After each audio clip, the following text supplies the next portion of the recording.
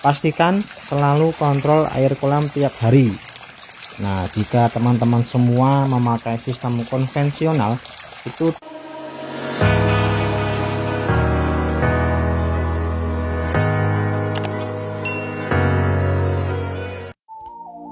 Halo teman-teman semua, Assalamualaikum warahmatullahi wabarakatuh.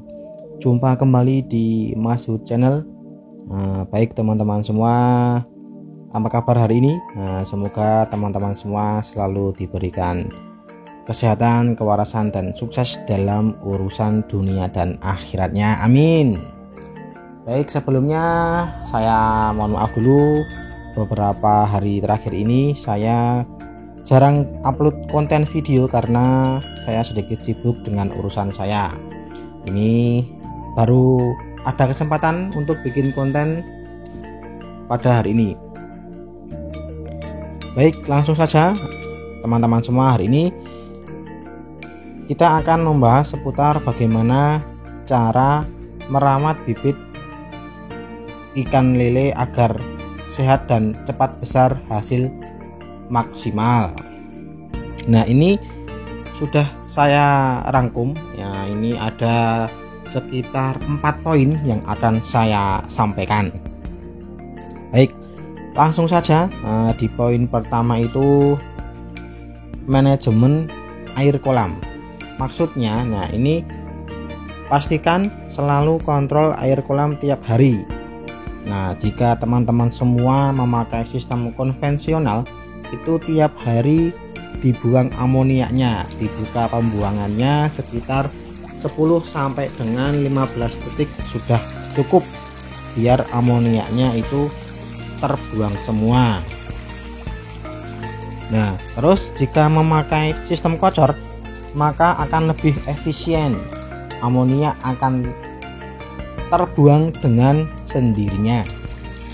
Dan kenapa kok manajemen air kolam ini sangat penting? Nah, ini saya ibaratkan air dari kolam itu adalah rumah bagi ikan tersebut.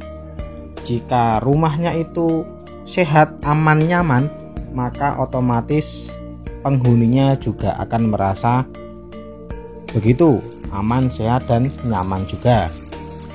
Nah, terus kalau ini juga saya akan memberikan tanda-tanda jika air itu rusak atau segera untuk dikuras. Nah, itu di poin pertama juga, itu biasanya ikan akan menggantung. Yang kedua, air berubah warna, yang biasanya hijau alami itu jadi hijau sedikit ke coklatan. Terus yang ketiga, biasanya akan timbul bau yang tidak sedap. Nah, itu pasti. Nah, jika teman-teman semua menemui tanda-tanda itu, maka segera untuk mentreatment air kolam tersebut dengan cara pengurasan dan penambahan air kembali. Terus di poin yang kedua, nah, pemberian pakan sesuai dengan ukuran peletnya dan juga termasuk porsi pakan. Nah, kenapa? Karena ukuran pelet itu disesuaikan dengan ukuran bibit ikan lele itu sendiri. Terus porsi makan yang cukup, jangan kurang dan juga jangan berlebihan.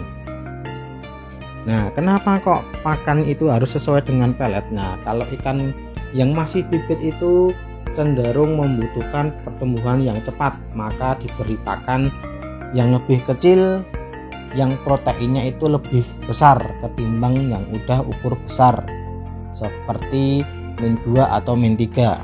Nah, terus kenapa juga harus memberi pakan sesuai takarannya? Ya kan kita logis aja, tidak mungkin bibit ukur 34, ukur 57 kita kasih ukur pakan min 2. Nah, itu kan tidak logis juga. Nah, dan juga nanti tidak akan merata dalam pemberian peletnya. Maka dari itu, untuk memaksimalkan semua biar kenyang, merata, terus kebutuhan protein juga tinggi, nah itu maka bisa pakai ukur yang min 800 atau min 1000 itu kalau saya untuk bibit ukur 34 sampai dengan ukur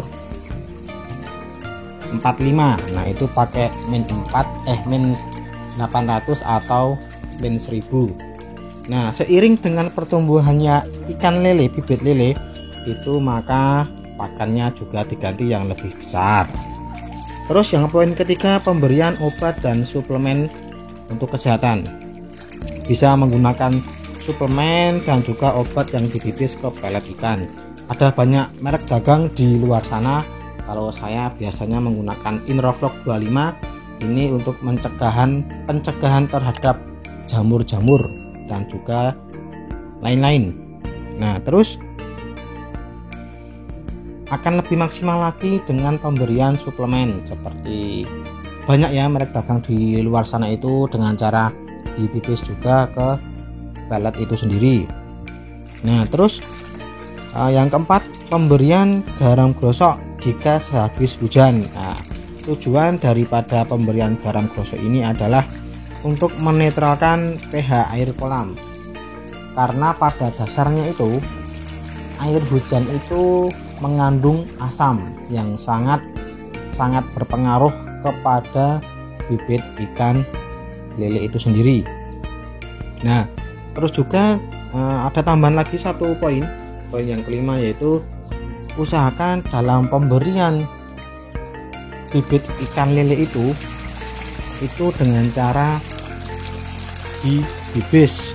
Nah dengan cara dibibis dan juga waktu pemberiannya itu bisa, kalau masih kecil itu bisa 3 kali sehari, di pagi hari, siang hari, dan juga di malam hari. Kalau pagi itu usahakan matahari sudah terbit di jam sekitar 7 sampai jam 8.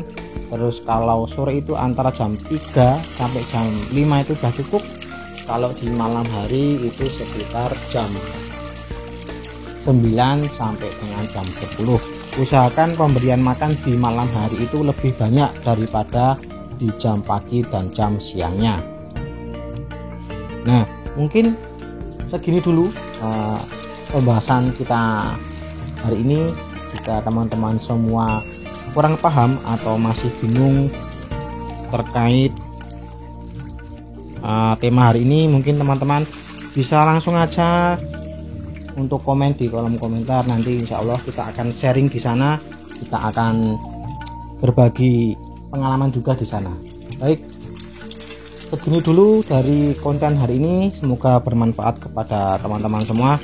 Jika ada kurang kata, saya mohon maaf yang sebesar-besarnya. Saya cukupi. Wassalamualaikum warahmatullahi wabarakatuh.